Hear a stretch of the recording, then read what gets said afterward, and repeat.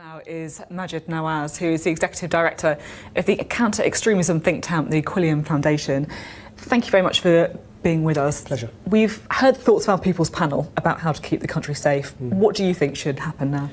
I think first off, and we're headed to a general election, I think that any politician that calls for scrapping the government's counter-extremism policy in this climate, I would say, is not only naive, perhaps slightly opportunistic, but certainly dangerous. And that's PREVENT that you're talking about specifically? Yes, PREVENT is the government's counter-extremism policy. It's not perfect, but at the end of the day, it's better than nothing. It's designed to try and empower and galvanise communities against the extremists. And, you know, if we are, as I believe we are, in the midst of a jihadist insurgency, no insurgency can survive without a level of sympathy within its host community. We saw that with the troubles in Northern Ireland as well. And the trick is, whether in Vietnam, in Northern Ireland, the trick is to isolate the extreme Islamists from mainstream, ordinary, everyday Muslims, even if they be devout, conservative Muslims. They're not extremists. And the key is to isolate the Islamists. To do that, we need PREVENT working in the communities, and we need voices who are challenging extremism from within Muslim communities. And do you think that's happening enough at the moment?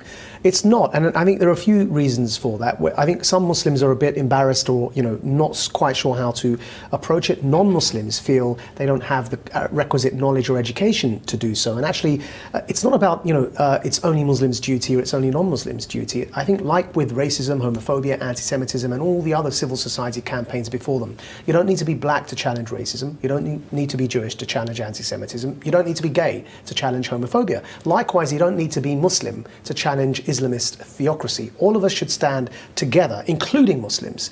And as we gladly receive from wider society support against racism, support against anti-Muslim bigotry, it's not apologia for mainstream society to support us against anti-Muslim bigotry. Likewise, we should reciprocate and support mainstream society against Islamist theocracy. That's what solidarity means.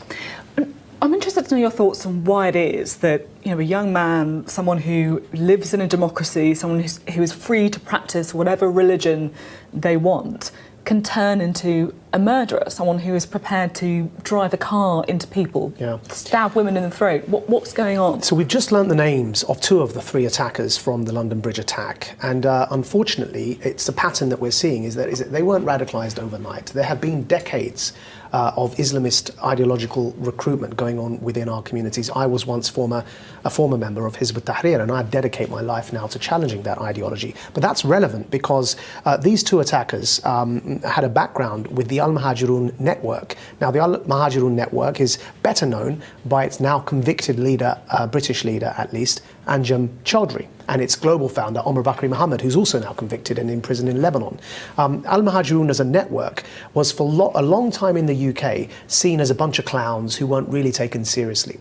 It turns out that they were effectively ISIS in Britain. So Anjem Choudary was convicted for swearing allegiance to ISIS. But Al-Muhajirun is in fact a splinter group from my former group, Hizb ut-Tahrir. And Hizb ut-Tahrir is legal, and rightly so. It's not a terrorist organisation, but it is an extremist organisation. And these groups have been recruiting and ideologically indoctrinating people in our communities for decades. Ideas such as the fact we need to establish a caliphate and implement Sharia as law over society anywhere in the world. Ideas such as homophobic ideas, anti-women ideas, anti-Semitic ideas.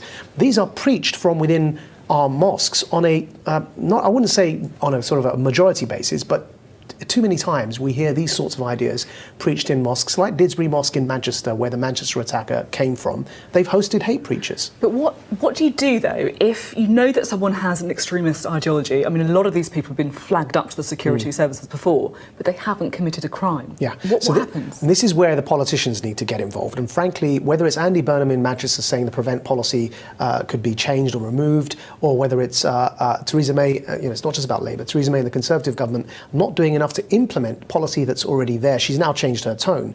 But really, the truth is that it's been over a decade since the 7/7 attacks. And believe it or not, Sophie, we still don't have a centrally appointed counter-extremism coordinator with teeth, accountable to the Prime Minister, responsible for coordinating counter-extremism policy across all government departments. Currently, the MOJ, the Ministry of Justice, doesn't know what the Communities and Local Government Department is doing in the communities. The Communities Department doesn't know what's going on in the prisons.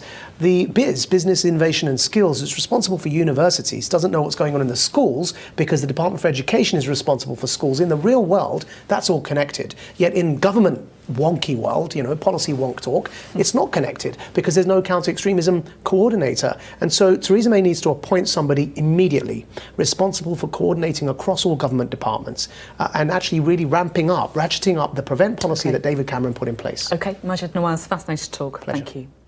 You didn't frankly have the balls to put country before party.